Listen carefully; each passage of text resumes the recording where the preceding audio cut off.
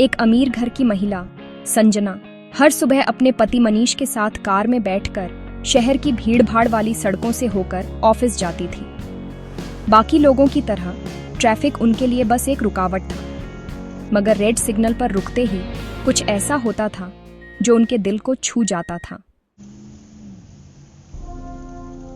हर रोज छोटे-छोटे बच्चे उनकी गाड़ी के पास आकर कुछ बेचते, कुछ भीख मांगते और उन्हीं में से एक था कुणाल। ना उम्र ज्यादा, ना कद लंबा, बस 10 से 11 साल का एक नन्हा सा बच्चा था।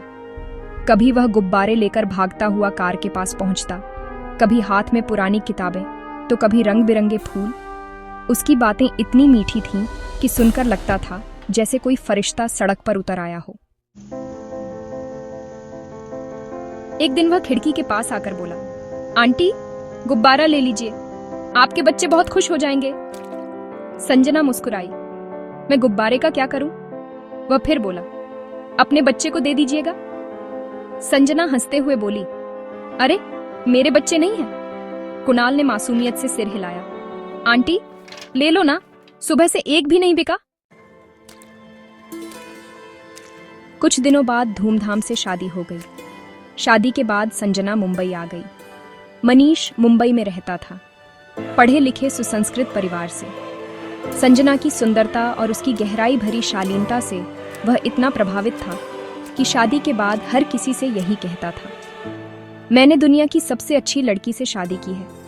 मनीष की सहारा मार्केट में मोबाइल की दुकान थी, कुछ कर्मचारी भी थे और काम इतना अच्छा चलता था कि घर में कभी पैसों की कमी महसूस नहीं होती थी।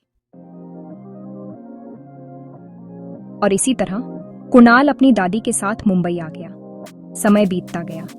कुणाल अब 10 साल का हो चुका था, जिज्ञासुओं से भरा, शरारती और दुनिया को अपने ढंग से समझने की कोशिश करता हुआ। एक दिन उसने देखा कि उसकी उम्र के बच्चे रोज जेब में पैसे लेकर घर लौटते हैं। उसने पूछा, तुम पैसे कहाँ से लाते हो? कुणाल के मन में भी पैसे कमाने की चाह जागी। वह बोला, मैं भी तुम्हारे साथ चलूंगा। दादी ने अंछा से सही, पर उसे रोक ना सकी और यूं कुणाल ने कुछ गुब्बारे खरीदे और रेड सिग्नल पर बेचने जाने लगा।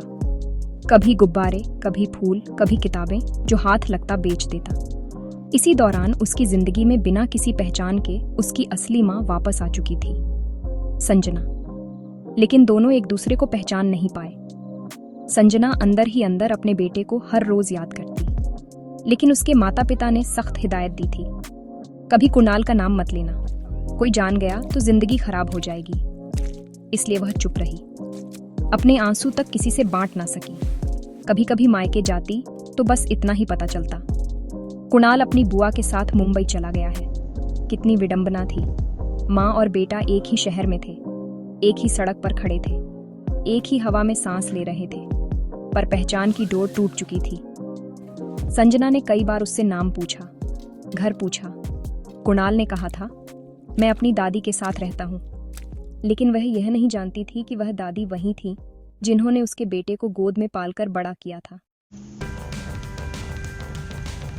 और फिर जिस दिन वह कुणाल को तलाशते हुए उसके घर पहुंची और दादी को सामने देखा, दिल में एक बिजली सी कौंधी। उसकी दादी ने थरथराती आवाज में बताया कि उसे अस्पताल ले जाया गया है। यहाँ तक कि उसकी बुआ भी उसकी हालत के बारे में कुछ नहीं जानती थी, बस इतना कि चोटें बहुत गंभीर थीं।